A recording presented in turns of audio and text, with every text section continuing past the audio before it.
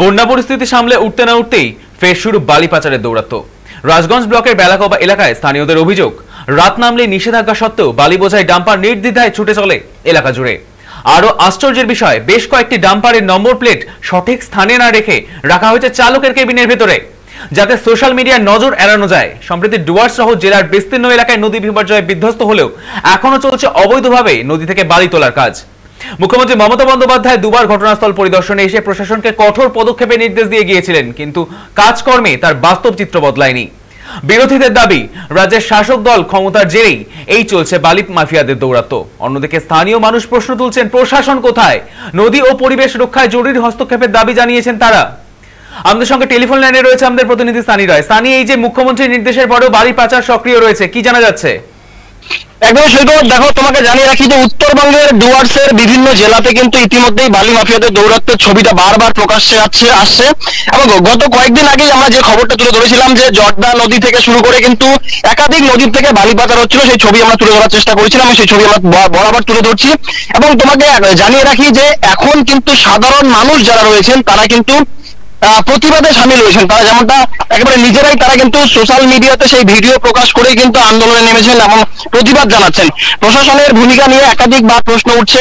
এই মুহূর্তে আমরা যে ছবি তুলে ধরার চেষ্টা করছি, যেখানে দেখা যাচ্ছে যে জলপাইগুড়ি জেলার বিভিন্ন এলাকা থেকে কিন্তু রাতের অন্ধকারকে কাজে লাগিয়ে কিন্তু ডাম্পারদের দৌরাত্ম্য চলছে।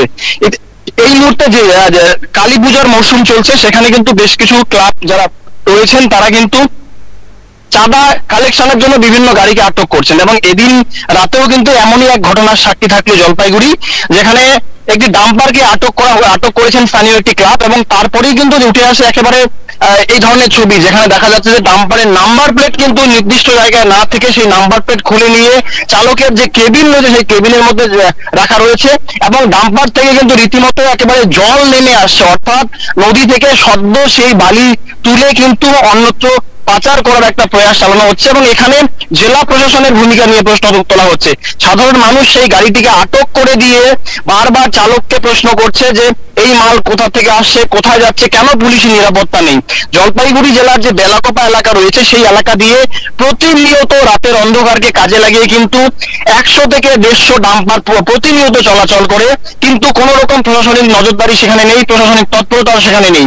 এই বিষয় নিয়ে কিন্তু সাধারণ মানুষ বারবার ক্ষোভের বহিঃপ্রকাশ দেখাচ্ছে।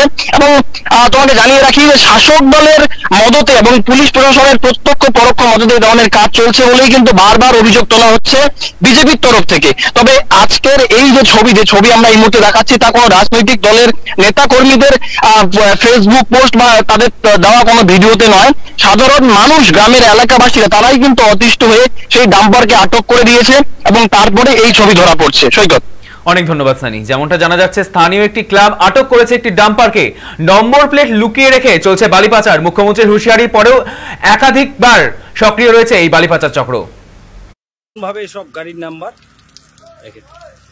গুটকা খাওয়া হবে না, দারু খাওয়া নাম্বার দেখেন নাই, কোথাও নাই। গাড়ির নাম্বার কোথায় আছে? উপরে।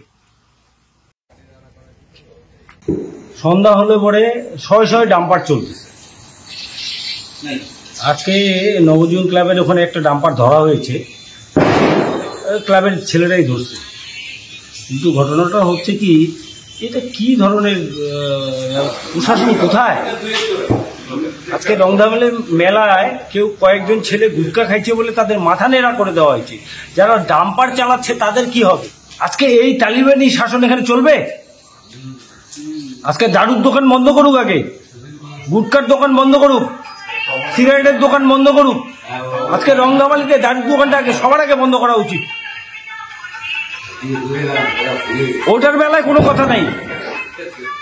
আজকে ডাম্পার আমরা সাধারণ মানুষ বসে থাকবো? ওই দাদাগিরির দিন শেষ হয়ে গেছে। 26-এ এই পরিবর্তন হবে এবং ন্যায্য জবাব পাবে।